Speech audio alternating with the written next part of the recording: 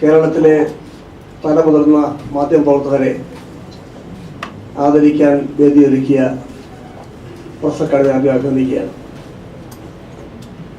ഇവിടെ ശ്രീ ഗൗരിദാസ് എന്ന എല്ലാവരും പരിചയപ്പെടുത്തിയുണ്ടായി. ശ്രീ ബീരാഗ് ഭാസ്കറെ ഞാനും ആദ്യമായി കാണുന്നത് ശ്രീനഗർ വെച്ചാണ്.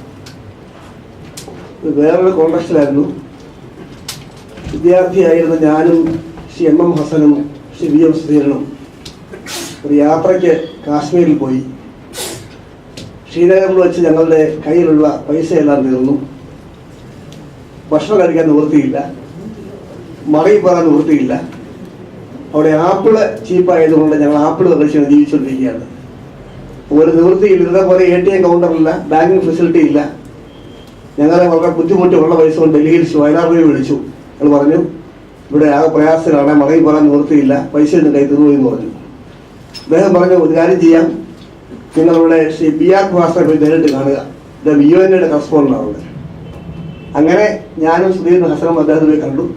അദ്ദേഹത്തിന്റെ കയ്യിൽ പൈസ ഞങ്ങൾ കടം വാങ്ങി തിരിച്ചു കൊടുത്തേക്ക് അറിയില്ല.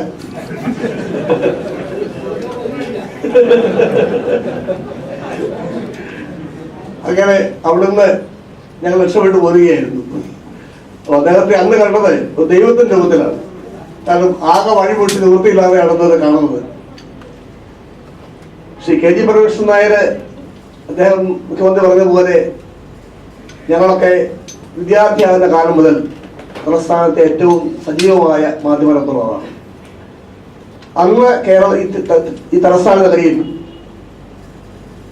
ഏറ്റവും പ്രഗത്ഭരായ വലിയ നിരയുണ്ടായിരുന്നു. മലയാള മനോരമ ശ്രീ KR സുമാർ, മാതൃഭൂമിയിൽ വാര്യർ സാറും PC സുമാരൻ നായരും, കേരളകൗമുദിയിൽ KG വിജയരാമൻ സാറും, ഹിന്ദുവിൽ സമ്പത്ത്, മലയാളം എക്സ്പ്രസിലെ ശ്രീ ചെറുവത്തൂർ, ഇന്ത്യൻ എക്സ്പ്രസിലെ സ്വാമി തുടങ്ങിയ ഒരു കാലത്തും വിസ്മരിക്കാൻ സാധിക്കാത്ത പത്രലേഖകർ വലിയ സാന്നിധ്യം തലസ്ഥാനത്തുണ്ടായിരുന്നു.